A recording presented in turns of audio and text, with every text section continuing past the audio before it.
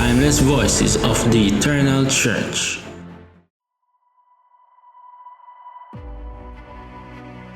John Hewitt, Japan, January 15, 1942.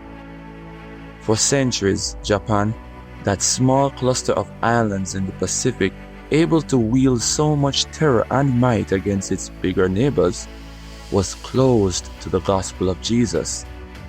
Each reigning emperor was reverenced as the incarnation of the sun goddess, the primary deity of the Shinto religion. So to worship any other god was a treacherous act. But in spite of being Japan's national religion, Shintoism was waxed and waned. In the 16th century, Roman Catholic missionaries brought the gospel of Jesus to the island, and at first enjoyed huge success, baptizing 150,000 converts in 30 years. Alarmed, Shinto devotees stirred up the people, raised an army, and in 1638 massacred 37,000 Japanese Catholics in one city alone. In the second half of the 19th century, a trade treaty with the United States opened Japan's doors to Protestant missionaries for the first time. Again, the missionaries baptized many new believers. And again, Shintoists, threatened by this foreign religion, cracked down, throwing Christian believers into prison by the thousands.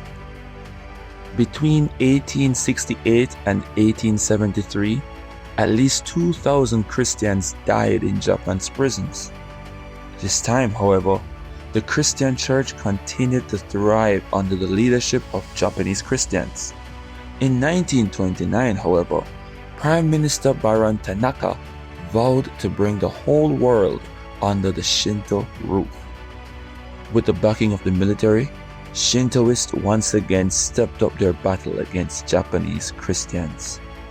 Now we know very little about John Hewitt, except that he grew up in Ireland and was sent by the Plymouth Brethren as a missionary to Japan, joining a fellow Irish missionary, Robert Wright, in the 1930s.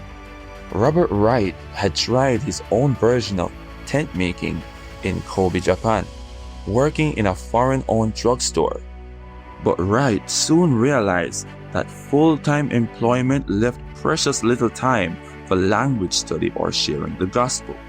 Moving to Tokyo, he joined himself to an assembly of Christians that had been started by a Japanese eye doctor. When John Hewitt joined him, the two Irishmen devoted themselves to language study and sharing the good news in a land that seemed particularly unresponsive to the gospel message. As the world tottered toward World War II, anti-foreigner and anti-Christian attitudes were at an all-time high. For the first time, foreign missionaries were among those rounded up and jailed. John Hewitt and Robert Wright were both arrested in October 1941 and held in separate cells with street thieves. Wright reported that he could hear Hewitt preaching to his cellmates. After 5 days of interrogation, with questions such as, "Do you believe in the deity of the emperor?"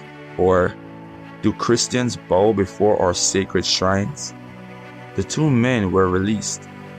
Wright boarded an ocean liner heading across the Pacific, but a few days out to sea, the ship turned back.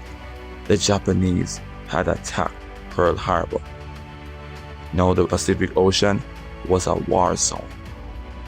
Back in Japan, John Hewitt had been rearrested and locked in Sugar Mill Prison. On or about January 15, 1942, unknown to his fellow missionaries or Japanese Christian friends, he was committed to an asylum for the insane. Months later, his Buddhist neighbor received a notice from the government: prepare for John Hewitt's funeral. Somehow, word reached two women missionaries who had not been in prison, and they hastened to the asylum. They found their brother missionary lying on the floor, so weak from malnutrition that he couldn't even stand. "Praise the Lord," he whispered when he saw their concerned faces. How comforting it must have been to know that he didn't die alone and unknown. For later that night, John Hewitt did die.